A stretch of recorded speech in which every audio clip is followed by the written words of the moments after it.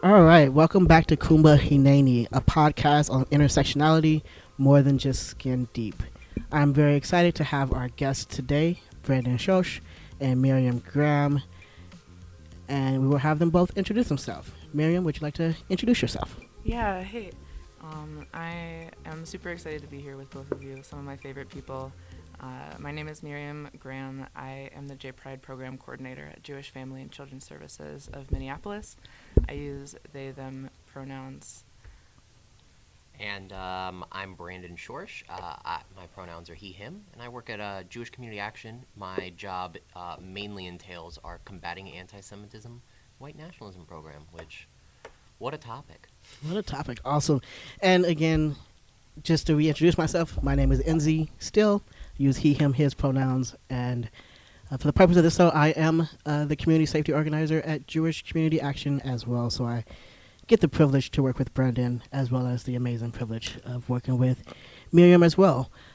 You both recently did a co-training on the intersections of anti-Semitism and queerphobia, which was a very wonderful and fascinating training. I would love for you all to just talk a little bit about the background of the training, and then we'll dig into some more recent stuff. But I understand that some of the training was really rooted in historical events from the 19th and 20th century. So, yeah, I would love to hear some background.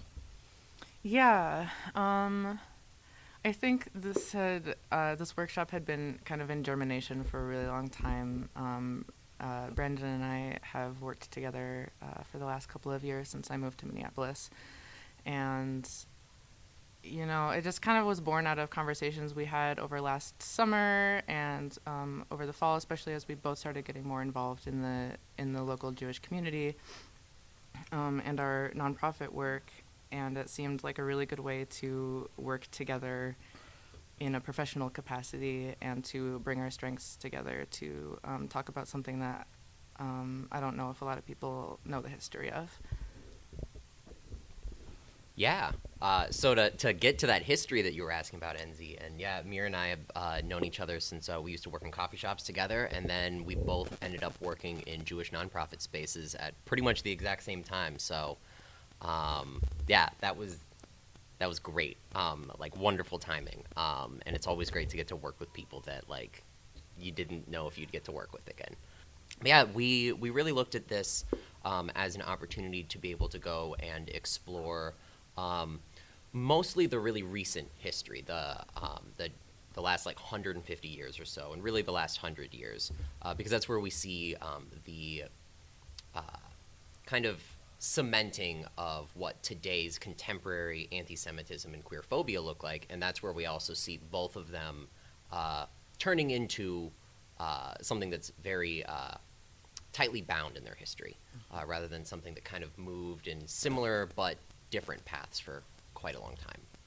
Awesome. So you talked a little bit about it being tightly bound in history. Miriam, do you feel comfortable kind of explaining some of the tightly bound stuff? Yeah. So I think it's, it really is born out of the climate and culture of Western and Eastern Europe during the 1800s and the early 1900s. Leading up to that time, the Jewish people in Europe were heavily prosecuted. They weren't allowed to have normal jobs.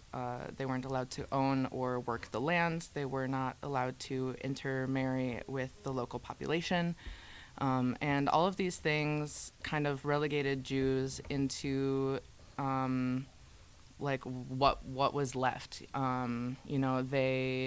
They got jobs as bankers and moneylenders because the church deemed that work dirty and not spiritual, and Jews got isolated further into their own communities, and eventually became the scapegoat of kind of everything that was bad. Jews were simultaneously the inventors of capitalism and socialism and Marxism, and as the Nazi Party started to grow into power, that kind of collided with this Aryan masculinity and the purity of the Aryan family that pitted the Jewish people against it as, and explaining it like, well, the Jews are undermining the nuclear white family to take over the world, which is, Brandon can go into more of that kind of anti-Semitic conspiracy theory in a little bit. So that's kind of the way that it started, was really kind of this, well, the Jewish people are their goal is to undermine white families, Aryan families, and when sexology started to be kind of a developing field of social sciences, they started applying the way that homosexuality was thought about into this lens. I don't know if you want to fill anything in. That's the quick and dirty. Yeah, that's like the quickest version of specifically the like how did we get here to this exact training. Awesome. So I also want to name that the importance of clarifying that you're speaking about Eastern Europe things that's happening, and not the reality of queerphobia and anti-Semitism showing up in the United States, because I would imagine will show up a little differently, not as clear. And I'm very fascinated and curious about this science-based technology and learning, really rooted in some ways, not just rooted in, but in some ways informed by American eugenics movement, rooted in anti-blackness, and really pushing towards a pure, I'm using air quotes, a pure breed or a pure race seems very important, even if we're talking about Eastern Europe 100, 150 years ago. Curious about the connections today and how we see those intersections of anti-Semitism and queerphobia showing up today. Yeah. Thank you for bringing up like those connections between those fields of sciences, because I think that's one of the things that can very easily get lost.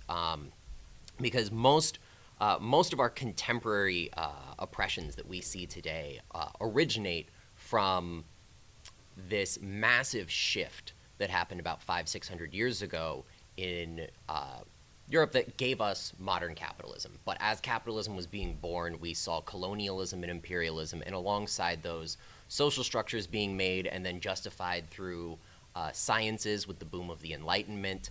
And so when we talk about something like anti-Semitism today, and when we talk about something like queerphobia or anti-blackness, or really any other form of oppression, especially those that are based off of ethnicities and physical characteristics, a lot of those come out of this age of science and learning, where in the late 1800s they thought, we've cracked the code to life. We found Darwin, and though at the same time the people who are rejecting Darwin saying no, people could not have evolved, but at the same time they're justifying what they called social Darwinism, which is, well, people may not have evolved, but we can force evolution to happen now because you can see blah blah blah, and then they start going and justifying that people who look different are literally different species. And that's how we get the first inclinations of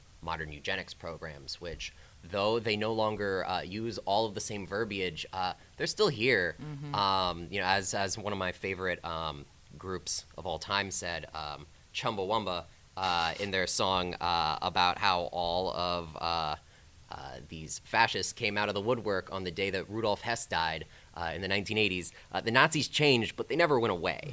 And these ideologies, they're still with us. And just because they're no longer at the zenith of power and visible at all times, or at their absolutely most horrific, violent points, these ideas are still floating around in many spaces. And I want to name one of the main spaces that is floating around in, even though we're not speaking about this, is within the autistic community. Oftentimes people push ABA therapy and different therapies to change, as well as this whole notion that what causes autism and what doesn't cause autism, and that you could find the gene and stop it. It's really important to be aware of that, because oftentimes we see other communities as less than or as the other, and so we don't recognize the spaces of harm that often shows up. And I bring up that because ABA is so much very close to reparative therapy, and as a person who went through ex-gay therapy and as a person who's autistic as well, being mindful of how modern eugenics and that science changes and has shifted and has caused a lot of harm and trauma for many communities. Mm-hmm. Yeah, and also is hand in hand with the carceral system too.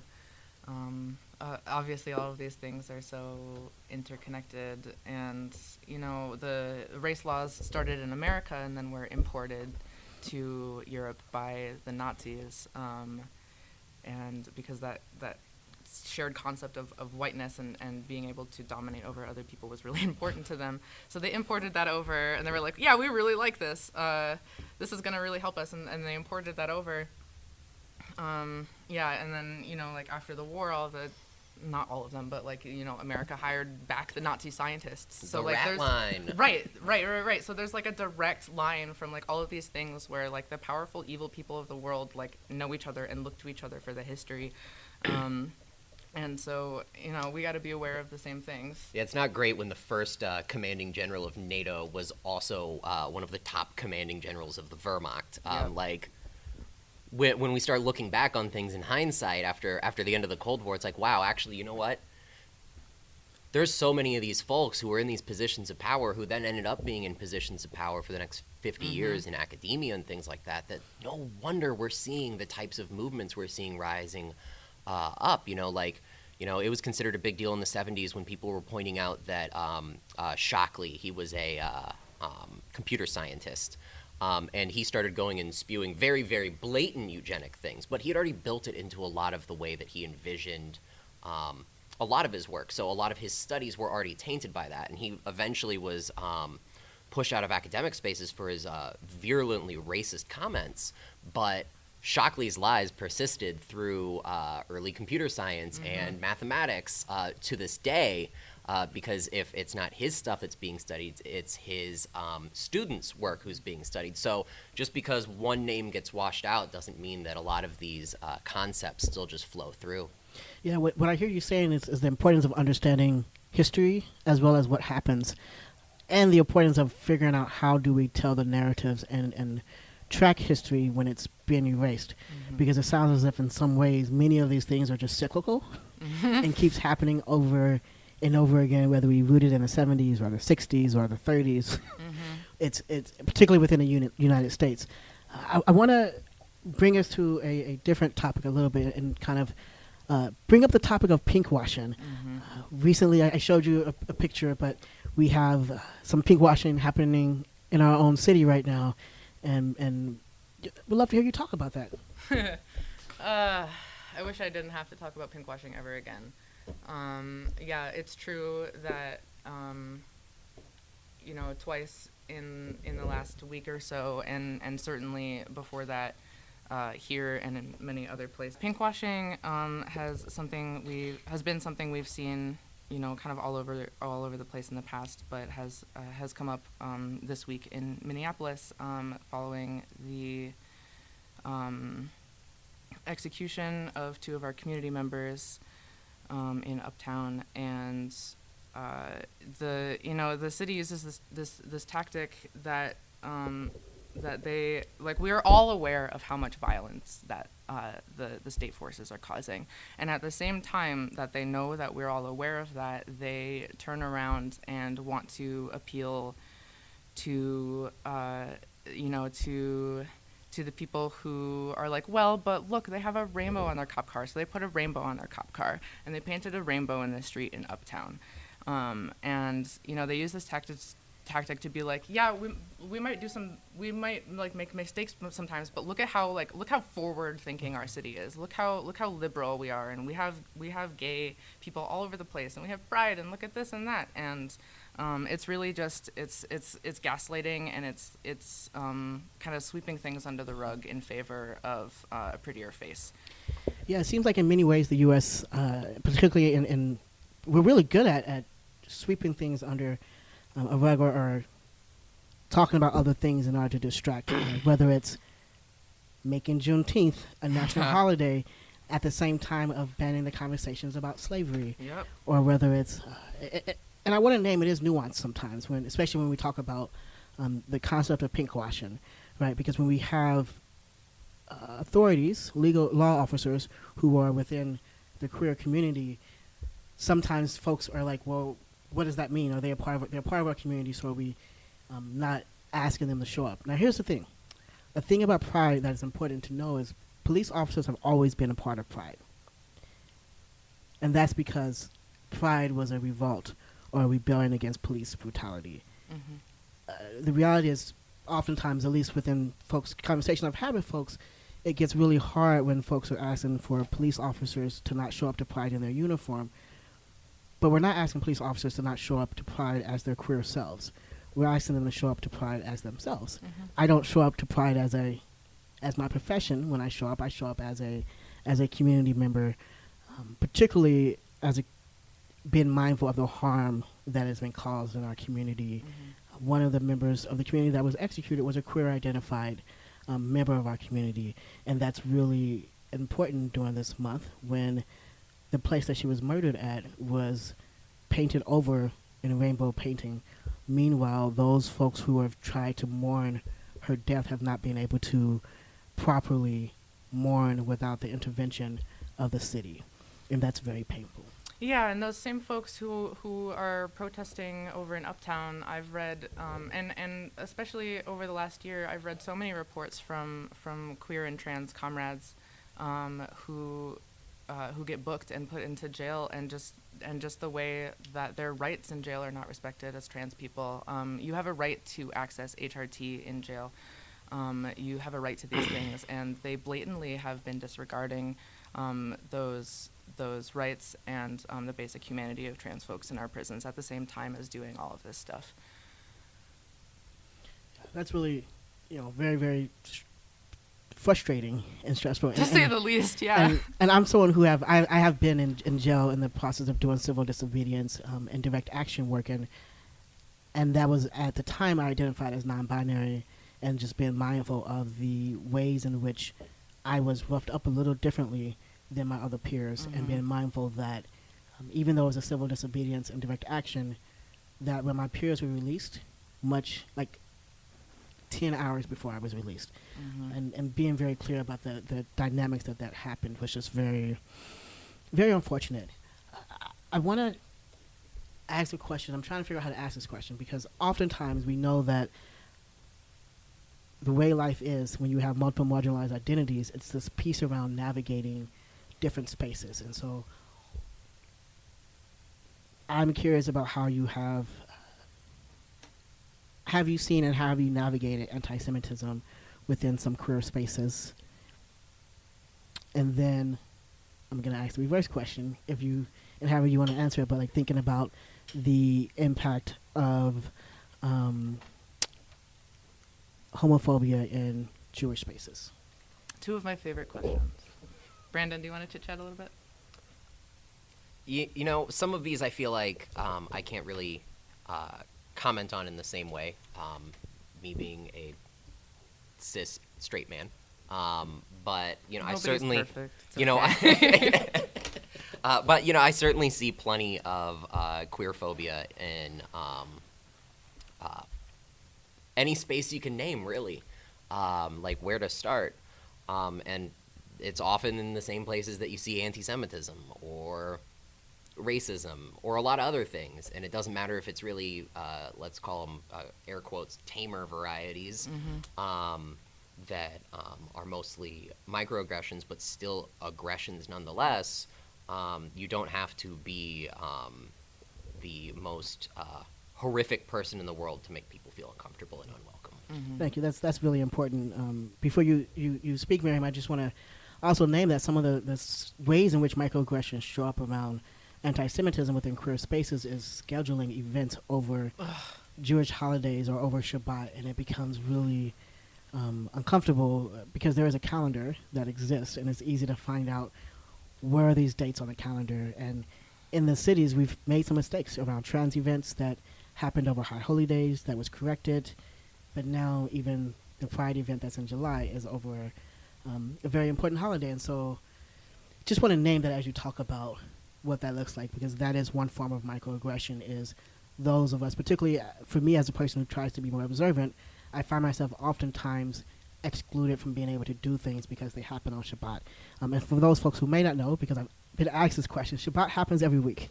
And so when asked to do something on a Saturday, if I say, no, I can't because of Shabbat, I can't do it next Saturday either. Yeah, that's such a big one, actually. This I get frustrated about this problem approximately once a week, where something, where the Goyish queer scene in Minneapolis plans something that sounds really cool and that I really want to go to, and then I look into it and it's on a Friday night or it's on a Saturday during the day and I can't go, and I realize that there's the percentage of observant, like actively practicing queer Jews in the cities is rather small, but I don't think that that's because of a lack of interest in being observant. I think that's because of a lack of accessible spaces to observant Jews, and especially for whatever reason in the queer scene, there seems to be a disconnect, and I think like facilitating those spaces where observant Jews and more conservative Jews can come and hang out with Jews working on social justice issues is really important for those conversations to take place. In a time and place where people can actually come and have those conversations. It's really hard to blame some of these conservative Jews for having conservative views when when lefty spaces aren't accessible at all.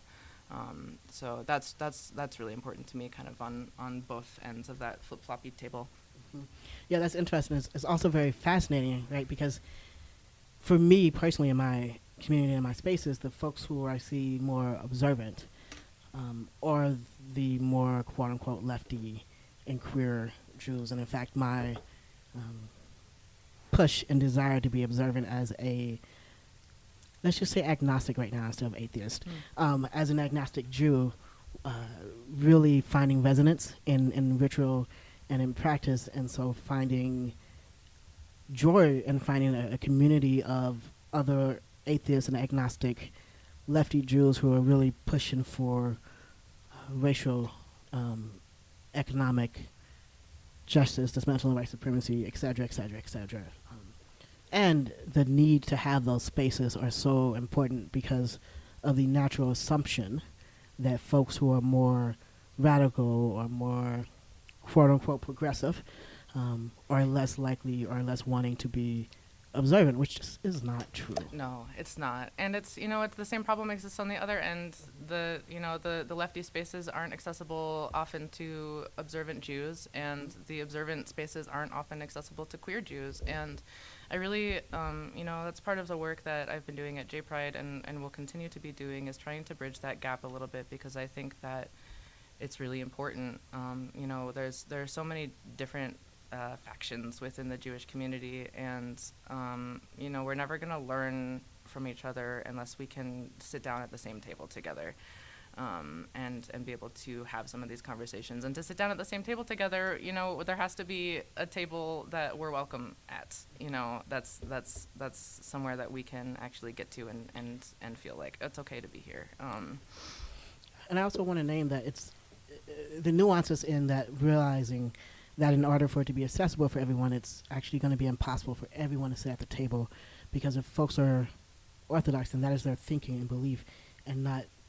So it becomes this complex piece of how do we hold space for everyone, as well as holding multiplicities of beliefs and views while navigating space together, which is complex because navigating how do we exist together and how do we exist with different opinions, as long as those opinions are not rooted in stripping a person of their humanity. And that unfortunately oftentimes happens, is those opinions strip people of their humanity. So how do we navigate that? Like, for example, when I talk about community safety, for me as an abolitionist, it's important for me to be an abolitionist, but it's also important for the other people in our community to be able to have their perspectives, because it makes us a whole community. At least that's the way I think of it. Anything that you all want to make sure you bring up? Brandon, is there anything that you particularly want to bring up as well? I think one of the things that Mir was just touching on about the ways in which a lot of spaces aren't particularly welcoming towards Jews and observant Jews, and also like generally like religious people like on the left.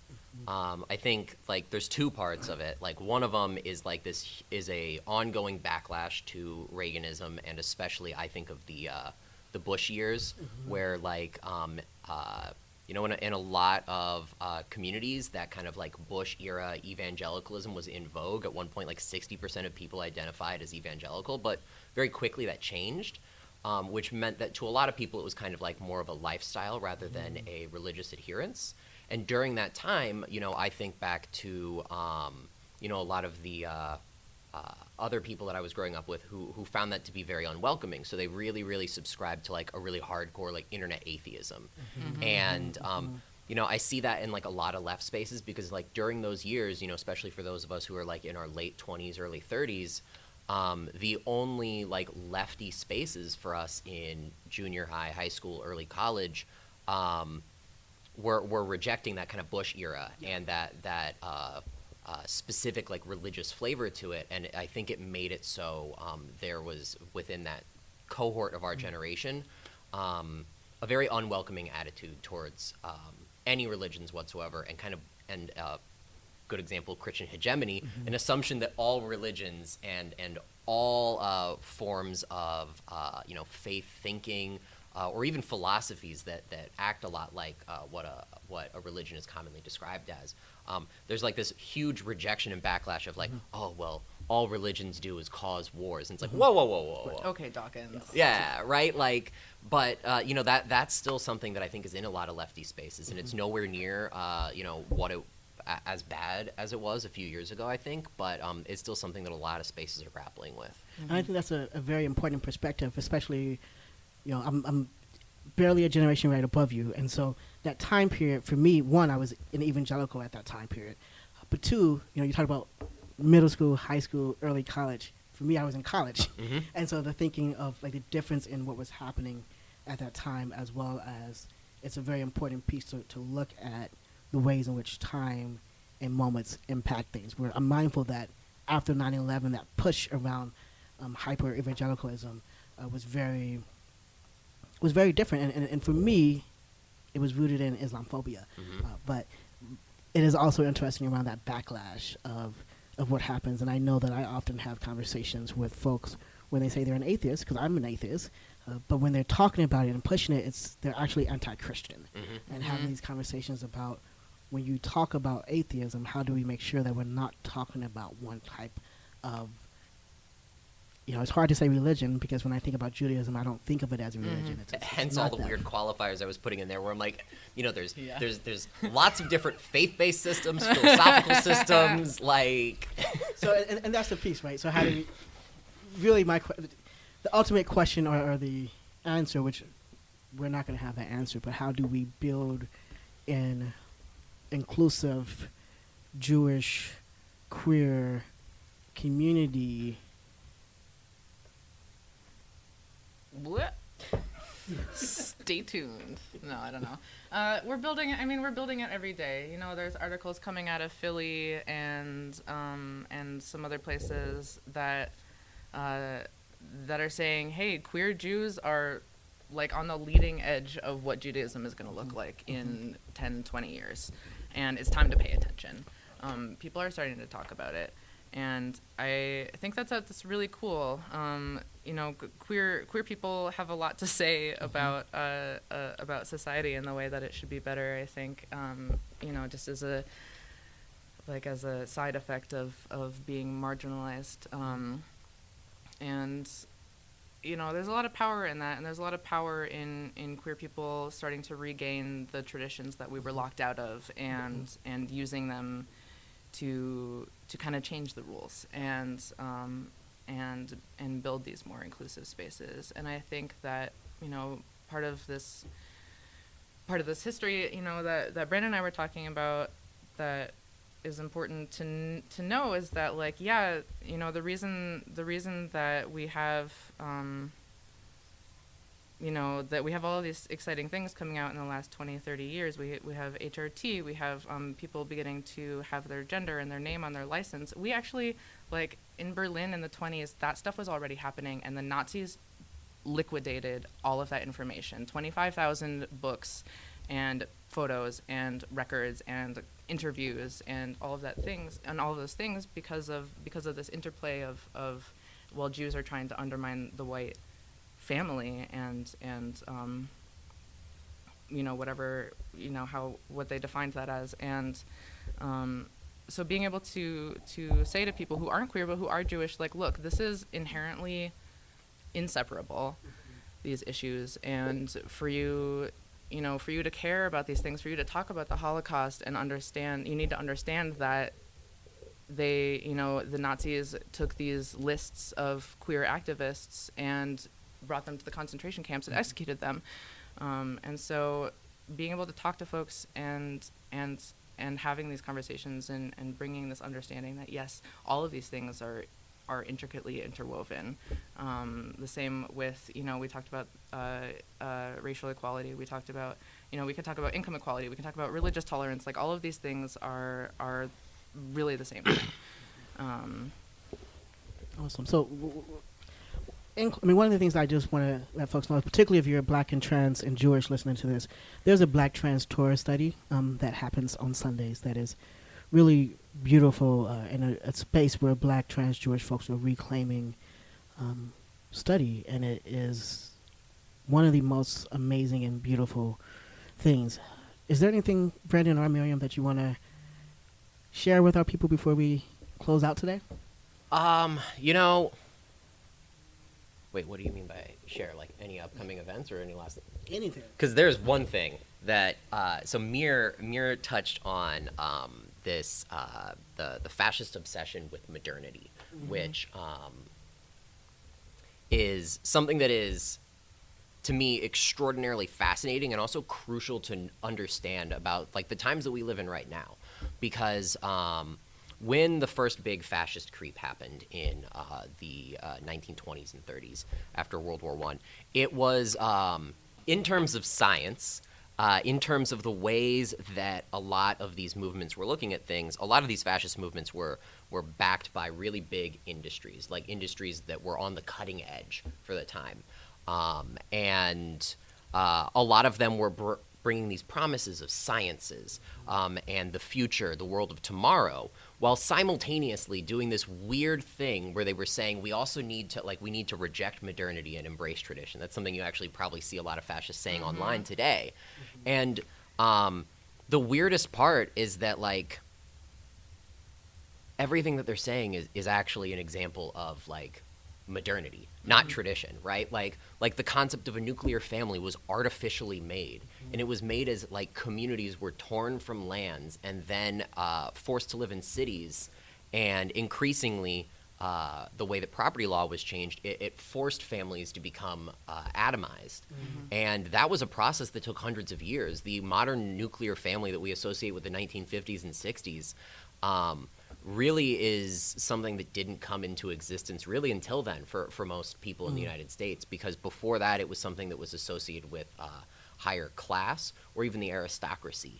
And those are just some of the things that, like, whenever I see these movements happening where there's a lot of interest in science, the world of tomorrow, but then at the same time these trends where we see people saying there are natural ways for people to be, look closely at those, and look at all of them with that lens of skepticism to know how these movements happened before, because it's a pattern that's almost exactly the same today that it was 100 years ago in terms of the types of fascinations that we see a lot of these ideas having. And it's not just with people who are extraordinarily open about these. You know, you can find plenty of people who have really, really weird ideas when it comes to vaccinating the global south, where it's like, well, they don't need it, or, like, they can't afford it. And it's like, well, that feels gross. Or when people talk about overpopulation, it's like, whoa, that feels gross.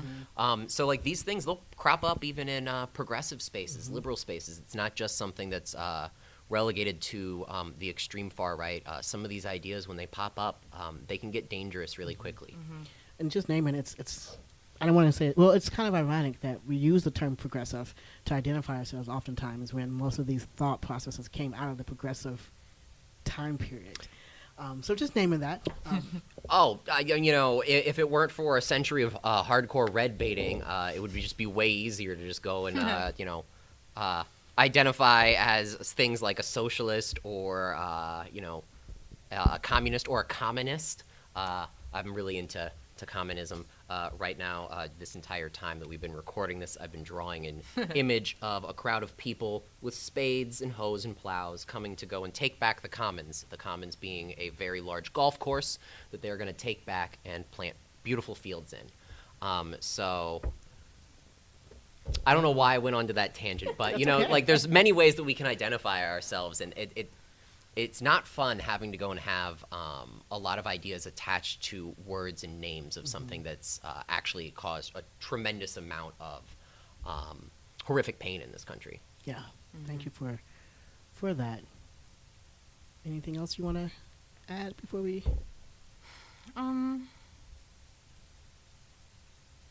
Yeah. No, I think Brandon, that was a good point, and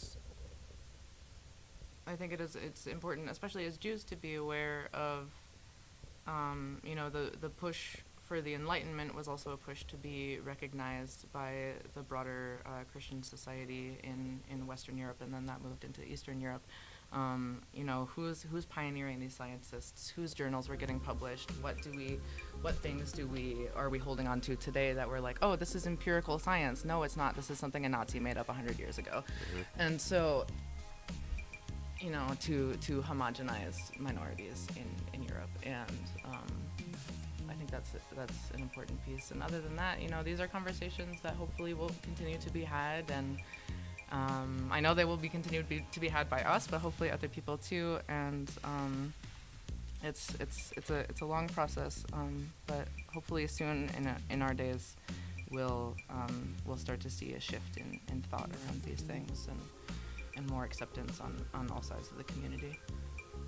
Yeah, I really hope so. That actually, more than I hope so, I do believe that will be eventually a possibility. Miriam and Brandon, thank you so much for joining us on the show today.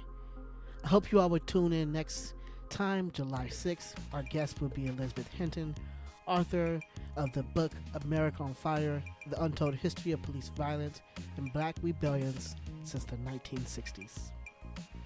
Kumba Hineni, a podcast on intersectionality, more than just getting deep, is a part of the Jew Folk Podcast Network, a product of Jew Folk Inc. You can email the show at podcast@tcjewfolk.com. For more information, go to tcjewfolk.com/podcast.